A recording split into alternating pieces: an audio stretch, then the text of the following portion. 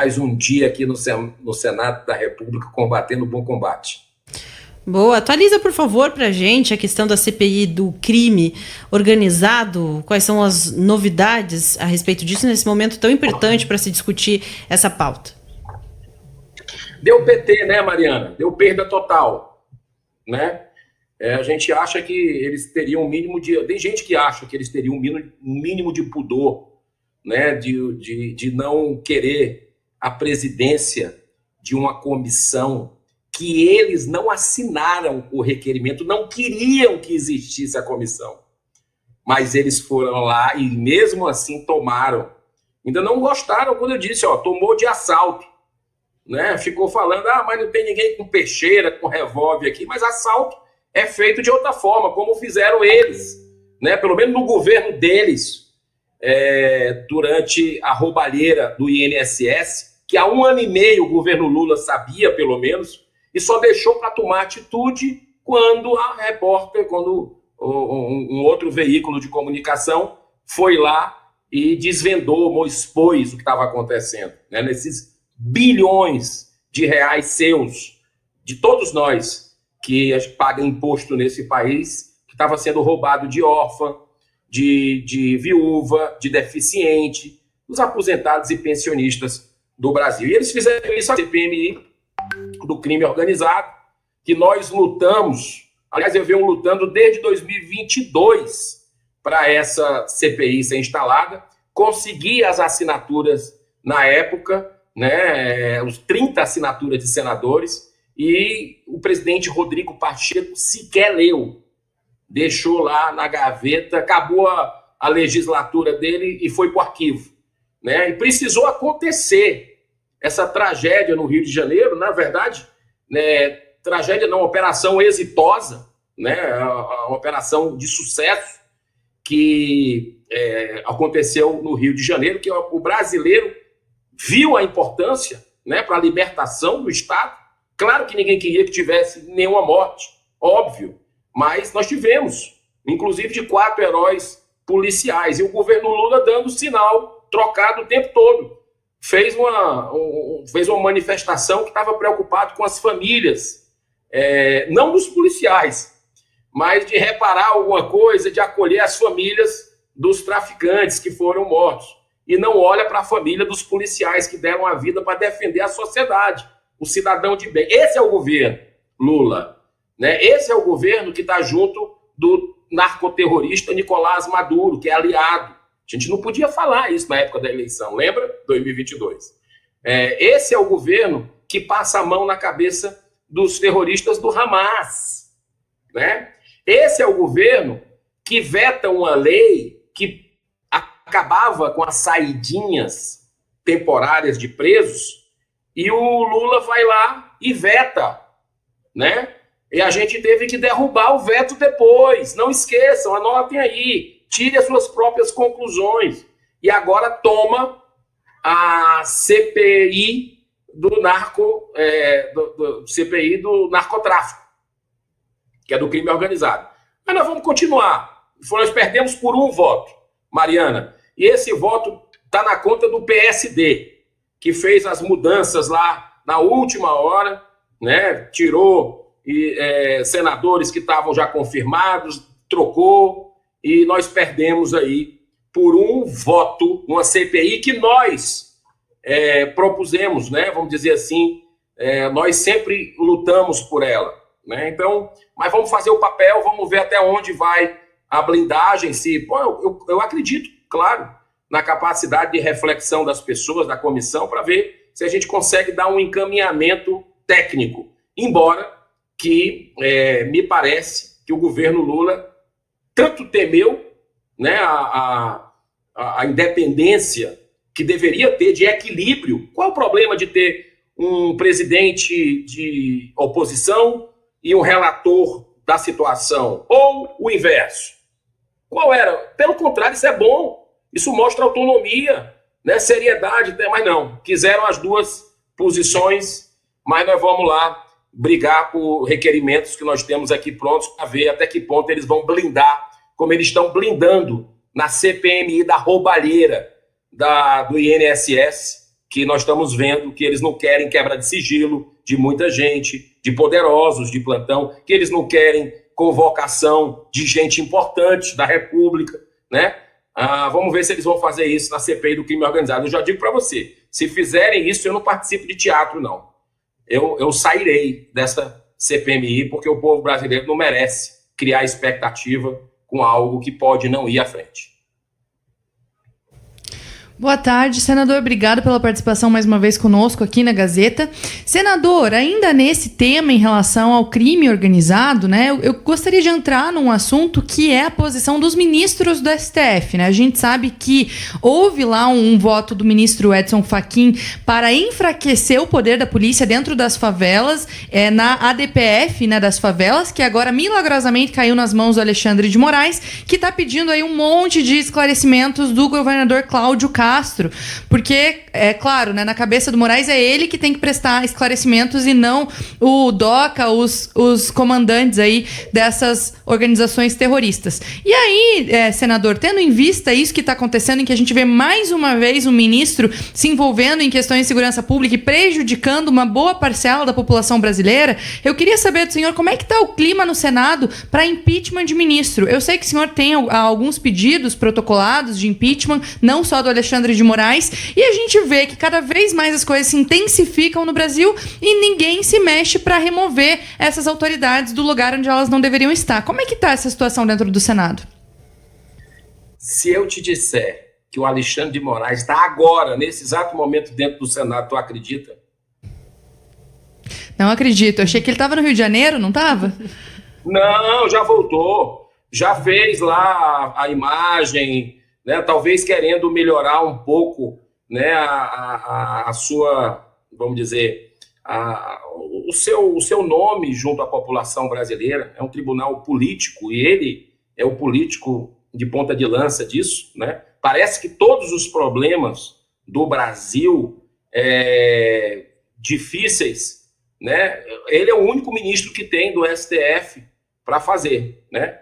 E, aliás, como você bem colocou, ele caiu de paraquedas, ele não era para estar nessa relatoria. Saiu o Barroso, era para ter passado por mais antigo, na verdade, o ministro Gilmar Mendes. Então, foi desrespeitado o próprio regimento do Supremo Tribunal Federal. Mas o que é o regimento do STF para essa turma, né, que rasga a Constituição brasileira? Isso não é nada, né? Então, a gente vê um ministro que já é vamos dizer, um delegado, um promotor, a vítima, no caso lá do 8 de janeiro, se diz vítima, ele é tudo. É o presidente da República em muitas situações, manda no Senado e desmanda, e agora quer ser o governador do Rio de Janeiro. Então não faz sentido isso estar acontecendo da forma como está acontecendo, né, indo lá se reunir com as pessoas que estão na operação, falar de direitos humanos, Alexandre de Moraes, questionar se direitos humanos foram violados, ele que é considerado pela democracia mais pujante do planeta, como os Estados Unidos, como um violador, quanto mais global, de direitos humanos. O Alexandre de Moraes, o único juiz sancionado pela Magnitsky, né? E a gente vê, o Brasil nunca teve um caso, é o dele. E está agora no Senado. E eu estou aqui com vocês. Agora ele está na reunião na presidência do Senado. Estava tiracolo, tem uma imagem circulando aí, ele a tiracolo com o Davi Alcolumbre, que tem embaixo do braço 80 pedidos de impeachment, dos quais o campeoníssimo é o Alexandre de Moraes. Está tudo errado. Inclusive perderam até o pudor. O presidente do Senado devia pelo menos manter, mas pelo menos, peraí. Mas não, está lá reunido. Isso é brincar com o cidadão de bem, né? Então, o que a gente espera, e aí é aquela coisa, né? Não há mal que dure para sempre. E não há mal que não venha para um bem maior. O cidadão de bem está sofrendo, vendo o Lula dizendo o que ele acabou de dizer, matança. Falar dos legistas da Polícia Federal. A Polícia Federal devia Ele talvez não saiba que a Polícia Federal nem legista tem. Ele está criticando aí os legistas lá do IML do Rio de Janeiro e esquece que a Polícia Federal tinha 2 legistas e nem isso mais tem, que já passaram pela PF. Né? Quem faz os trabalhos do legista da PF é o IML. Então o presidente é tão incompetente, tão ideológico, que ele não sabe disso. Um presidente que foi condenado por corrupção, por lavagem de dinheiro, em 3 instâncias. Esse é o Brasil de hoje. É isso que a gente quer para os nossos filhos e netos? Não. Então temos que trocar. Tem que trocar o Senado quase todo no ano que vem. E temos que cobrar agora, porque esses senadores que estão querendo ficar ou ir para a reeleição, tentarem a reeleição, e eu já digo, eu sou contra completamente a reeleição, não me candidatarei ao Senado, mas vou me engajar para a gente trazer senador do Ceará para cá, mas a população tem que ajudar nesse aspecto de a gente participar mais da vida política. Vai dar certo. Né? Nós vamos trocar esse Senado. E agora eles estão correndo atrás de voto. Mas pergunta para ele o que é que eles pensam de impeachment de ministro do Supremo, que o Brasil é o clamor nacional hoje, que a gente vê, devido a tantas violações que a gente está vendo, a nossa Carta Magna. Né? Então, é realmente surpreendente. O clima não tem ainda. Está aí o presidente Davi Alcolumbre com o Alexandre de Moraes agora a tiracolo. Agora, enquanto você me faz essa pergunta. Né? Então não tem clima para pedido de impeachment, embora eu cobre. Toda semana eu olho para o olho do Davi Alcolumbre e pergunto para ele sobre o pedido de impeachment. Porque para blindar o careca do INSS, a Advocacia Geral do Senado é rápida para dar um despacho e dizer que as câmeras não podem falar nada, que não pode ter registro, não pode mostrar as imagens, não pode nada. Mas, para a gente abrir um processo de impeachment robusto, com 2 milhões de brasileiros assinando a petição, com 2 juristas renomados, como o doutor Sebastião Coelho, o doutor Rodrigo Saraiva Marinho, assinando, com 147 deputados federais no Brasil assinando, com apoio de 41 senadores, a maioria do Senado. O Davi Alcolumbre demora 1 ano. É um silêncio para dar alguma resposta. Não responde. Isso é o quê? É blindar os amigos que andam a tiracolo? Então, é difícil o que nós estamos vendo aqui, mas nós vamos sair vitoriosos, né? Porque os humilhados serão exaltados. Para a linguagem do político tradicional, isso aí e nada é a mesma coisa, né? Mas para a população que sofre, né, as pessoas que estão sedentas por justiça nesse país, sabem que os humilhados serão exaltados. É bíblico. E a soberba precede a queda. Né? Então nós vamos ver isso acontecer. Eu gostaria de ver enquanto estivesse no Senado. Falta 1 ano e pouco. Vou lutar por isso. Mas eu acho que talvez isso fique para os próximos senadores, que você que está nos ouvindo, nos assistindo, vai votar e vote certo para que a gente possa, que esse país volte a ter democracia, porque hoje tem muita censura e caçada a quem é de direita e a quem é conservador nesse país. Senador, boa tarde, sempre um prazer falar com o senhor. Senador, queria trocar de uma CPI para uma CPMI, no caso falando da questão do INSS. Eu confesso que sou um pouco cético com o resultado da CPMI, mas dessa vez parece que há uma questão otimista, tem dado resultado na mão ali do senador Carlos Viana e sobretudo na questão da relatoria liderada por Alfredo Gaspar, ele que é um procurador de carreira e tem ido muito bem ali nas análises e nas relatorias. Mas o que todo mundo quer saber, e eu tenho 2 perguntas sobre essa CPMI, que eu acho que a gente tá passando, ela tem um prazo regimental para terminar em março. Sabemos que as casas ali dezembro, janeiro, dão uma parada, etc. Então me preocupa com essa questão do recesso. A primeira é em relação a Frei Chico, que em nada tem a ver qualquer ligação com a igreja. É uma questão de Frei pela calvície, um apelido que foi lhe dado ali no sindicato na década de 90. É bom falar isso, porque vai que alguém associa com a questão religiosa. Mas Então, queremos saber do irmão da presidência da República se ele sentará ali no banco, não diria dos réus, porque ainda está em fase inicial, mas das oitivas, pelo menos. A população brasileira faz essa pergunta, afinal, ele é vice-presidente de um dos principais sindicatos envolvido no escândalo dos aposentados e pensionistas. E a segunda questão, senador, que me parece ter ficado secundária, é a questão da verba desse dinheiro todo, porque já está sendo pago, é verdade, aos aposentados, não a todos, claro, porque alguns, infelizmente, já se foram, outros não têm acesso à internet para pedir de volta esse recurso, mas esse dinheiro que deveria sair do bolso das associações e dos sindicatos está saindo da questão ali do Tesouro Nacional. Então é como se eu roubasse alguém e para pagar essa pessoa eu utilizasse uma poupança dela esquecida, ou seja, a gente está usando o próprio dinheiro dos aposentados para pagá-los, o que é um absurdo por si só. Então eu queria saber se esses sindicatos e associações não vão ser penalizadas na questão financeira também. Essa turma já era para estar toda presa, né? Se você pegar quem está assistindo a CPMI, está vendo, a gente fica até 1 hora, 2 horas da manhã, e os caras faltam com a verdade o tempo todo, não querem fazer juramento, né, de dizer a verdade, mas contra fatos públicos não pode mentir, e eles mentem, né? E o dinheiro transita ali, orbita em torno de familiares, dos sindicatos, né, de diretores dos sindicatos, de amigos, de parentes.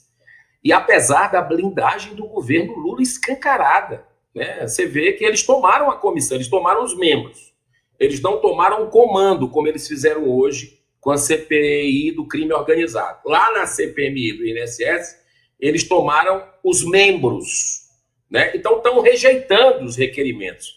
Mas a gente conseguiu aprovar lá atrás, no começo, quando eles deram um tropeço ali no início, uma cochilada, nós aprovamos uma série de requerimentos que mostrou, por exemplo, para onde foi o dinheiro, follow the money, né? E é um absurdo o Frei Chico não ter sido ainda chamado, né? É um absurdo também terem feito esses acordos técnicos operacionais, né, que foram feitos na explosão durante o governo Lula, porque ali que as coisas tomaram uma proporção de bilhões de reais durante o governo, logo no começo do governo Lula. Não era para ter feito a ACT com a CONTAG do Frei Chico, né, que ele é vice-presidente, porque está claro na legislação brasileira que não pode ter nenhum tipo de vínculo com autoridades, né, irmão, parente, ou nada. E esconderam isso na cara dura durante a formatação desse acordo operacional para poder descontar em lote. Eles esconderam esse detalhe importante e ninguém viu.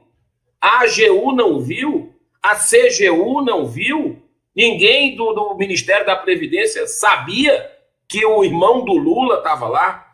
Então, assim, é muito difícil de acreditar. E você vê o que está acontecendo hoje. Ontem, por exemplo, foi preso, né, o presidente de uma confederação de pesca que se enrolou todo, 200 milhões de reais, próximo disso, circularam ali na mão, né, de gente morta, que tentaram até colocar milhares de pessoas mortas no cadastro para ver. Eles não têm pudor nenhum para roubar. E aí, ontem, já veio as pessoas estavam comentando lá, já veio com a malinha com dinheiro, né? Porque, sabendo que poderia ser preso, e foi, já tinha o dinheiro da fiança, R$5.000. Ele não passou 20 minutos preso, né? Já saiu, e não é a primeira vez que isso acontece. Agora, cadê o STF?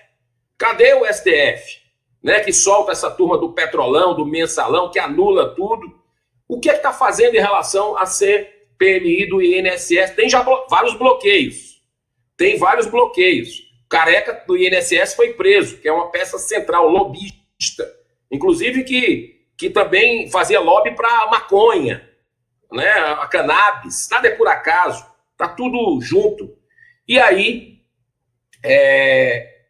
outros que deveriam estar presos, diretores dessas instituições, com vinhos caríssimos, carros, Porsche, Ferrari, aviões, né? Tá tudo apreendido, mas essas pessoas podem fugir, né? E não estão presas ainda. Então, a CPMI, aos trancos e barrancos, por causa do comando independente dela, mesmo diante do governo Lula, que tomou os membros para negarem os requerimentos a partir de agora, né? Tá aí o assessor da presidência do Senado, Paulo Boldens, que recebeu 3 milhões de reais de uma empresa suspeita de desviar esse dinheiro dos aposentados. Assessor de senador também, né? Aqui, e tantas outras pessoas, como Edson Claro, também, sócio do Careca do INSS, que foram negados a quebra de sigilo e que ele venha à CPMI. Mas a gente vai. O presidente já se comprometeu em pautar de novo esses requerimentos. O bom do comando é isso. O bom quando você tem um comando independente é mesmo que negue um requerimento hoje, ele pode pautar daqui a algumas semanas. E nós estamos cobrando ao Carlos Viana, né? A população está atenta também, está nos cobrando, e é importante que nos cobre a todos para que se coloque de novo esse requerimento. Vai lá, deixa o PT colocar digital e negar de novo. Está todo mundo vendo, só não vê quem não quer, né? Mas eu fico impressionado que 1h da manhã tem 30 mil, 40 mil pessoas assistindo a TV Senado, acompanhando o andamento da CPMI, que está avançando, que está pelo menos expondo essa podridão, né, que estava acontecendo dentro do governo Lula. Muito obrigada, senador, pela sua participação. Sabe que a gente gosta muito de recebê-lo aqui no Sem Rodeios, né? Eu também gosto muito de participar, Mariana. Um grande abraço para vocês, sempre às ordens, e vai dar certo. Água mole em pedra dura, tanto bate até que fura. Vamos ver essa vitória.